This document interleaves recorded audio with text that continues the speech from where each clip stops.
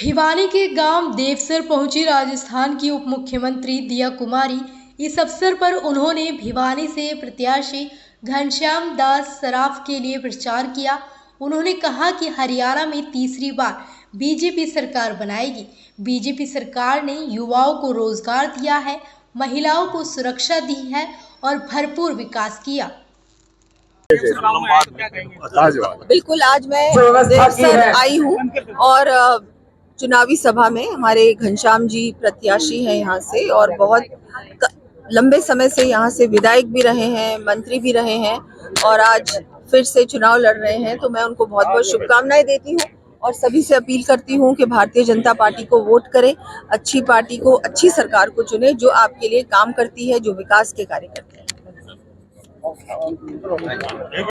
ये इनकी 5वीं बार चुनाव लड़ रहे हैं और आप लोगों की सेवा की है, आपके दुख में, आपके सुख में, आपके बीच रहे हैं। वैसे ही हमारे घनश्याम जी सराफ साहब, मैं आपको बहुत बहुत पुनः ही जीत की बधाई देती हूँ। हमारे ठाकुर विक्रम सिंह जी, संजय देवसराय जी, हमारे राजस्थान से पधारे प्रसन्न मेहता जी, मोहित चौधरी जी, मनोज तंवर जी, और मैं तो ये मानती हूँ कि कोई विकल्प नहीं है। जिस तरह से माननीय प्रधानमंत्री जी और आपके मुख्यमंत्री नायब सैनी जी जिस तरह से रात दिन काम कर रहे हैं, बहुत कम समय मिला मुख्यमंत्री जी को, लेकिन उस कम समय में हम सब ने देखा कि जनता से जुड़ाव, जनता से मिलना, जनता के काम करना, बड़े बड़े फैसले भी लिए उन्होंने। ऐसा मुख्यमंत्री और ऐसा प्रधानमंत्री बहुत किस्मत से मिलता है। हम बहुत ही सौभाग्यशाली हैं, पूरा देश सौभाग्यशाली है कि ऐसा जनसेवक, ऐसा प्रधानमंत्री हमको मिला।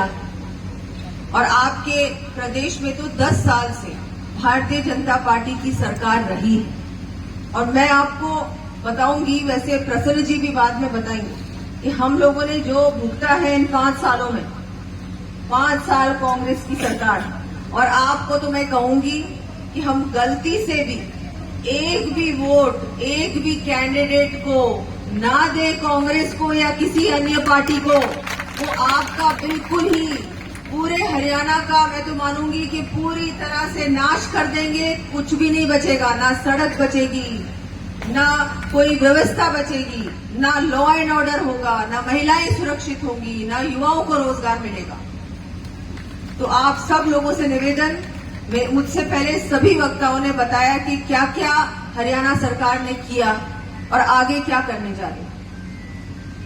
आज जो ये चुनाव है, ये अभी मोहित जी ने बोला, ये चुनाव किसी व्यक्ति विशेष का नहीं रहा। अब जितने भी चुनाव होते हैं, एक आइडियोलॉजी की चुनाव है, देश के लिए चुनाव है, राष्ट्रहित के लिए चुनाव। और उसी कड़ी में आपकी विधानसभा में भी जो चुनाव हो रहा है, वो इसलिए हो रहा है कि एक तरफ ऐसी ताकतें हैं जो हमारे देश को कमजोर करना चाहती हैं, जो बाहर जाके हमारे देश के बारे में उल्टा सीधा बोलती, हमारी देश की बुराई जाके विदेशों में करती, इनके बड़े बड़े नेता। और एक तरफ ऐसा प्रधानमंत्री, ऐसी सरकार जो सिर्फ देश को कैसे आगे बढ़ाए, कैसे हम विकसित भारत बनाए, कैसे हमारे देश को सबसे बड़ी, सबसे मजबूत अर्थव्यवस्था बनाए, उसके बारे में चिंता करती है। तो एक तरफ ये और एक तरफ देश को तोड़ने वाली ताकत। अब ये फैसला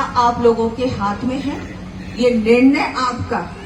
हम में से कोई भी मंच पे जो है नेता, कोई आपको ये नहीं कह सकते कि वोट इसको डालो या वोट उसको डालो। ये आपका अधिकार है, आपका संवैधानिक अधिकार है। लेकिन इतना जरूर कह सकते हैं कि आप सच का साथ दीजिए। तो जो देश के लिए लड़ रहा है, जो देश को आगे बढ़ाने के लिए हर संभव प्रयास कर रहा है, उसका साथ दीजिए। मैं निवेदन करूंगी कि क्योंकि महिलाएं बहुत बार वोट देने के लिए नहीं जाती, तो ये आपको बिल्कुल भी घर पे नहीं बैठना है।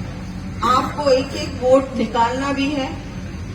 आपको एक वोट अपने घर से तो जाएगा, लेकिन अपने आस पड़ोस से, अपने पूरे गांव से सब जगह से एक वोट दिलाने का काम भी आपको करना है, क्योंकि जो महिला कर सकती है वो पुरुष नहीं कर सकते। यहाँ महिला शक्ति की बड़ी संख्या है। महिला घर के अंदर जाके एक एक व्यक्ति को कह सकती है घर से बाहर निकलो और वोट डालने जाओ। और आज महिला ठान ले कि घर में एक एक वोट बीजेपी को जाएगा तो वो वोट बीजेपी को ही जाएगा। इसलिए सभी से मैं निवेदन करती हूँ कि आप सब लोगों को भी भारतीय जनता पार्टी को, कमल के फूल को वोट करना है, घनश्याम जी को वोट डालना है और दूसरों से भी करवाना। इन्होंने इतनी सेवा की आप लोगों की, कहीं भी इनकी सेवा में कोई कमी नहीं रही। तो आगे भी आपकी सेवा करेंगे, आपके काम करेंगे।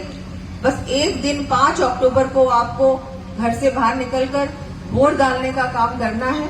उसके बाद 5 साल ये आपकी सेवा करेंगे, हर समय आपके साथ रहेंगे। मैं एक बार फिर सबका धन्यवाद भी देती हूँ कि आपने मुझे यहाँ बुलाया, इतना मेरा भव्य स्वागत किया, सम्मान दिया मुझे। आप सबको भी कभी भी आप राजस्थान पधारे तो आप भी आए, जयपुर पधारे, राजस्थान पधारे, हमारा देश। बिल्कुल। आज वैसे वर्ल्ड टूरिज्म डे भी है, बहुत महत्वपूर्ण दिन है पूरे विश्व के लिए।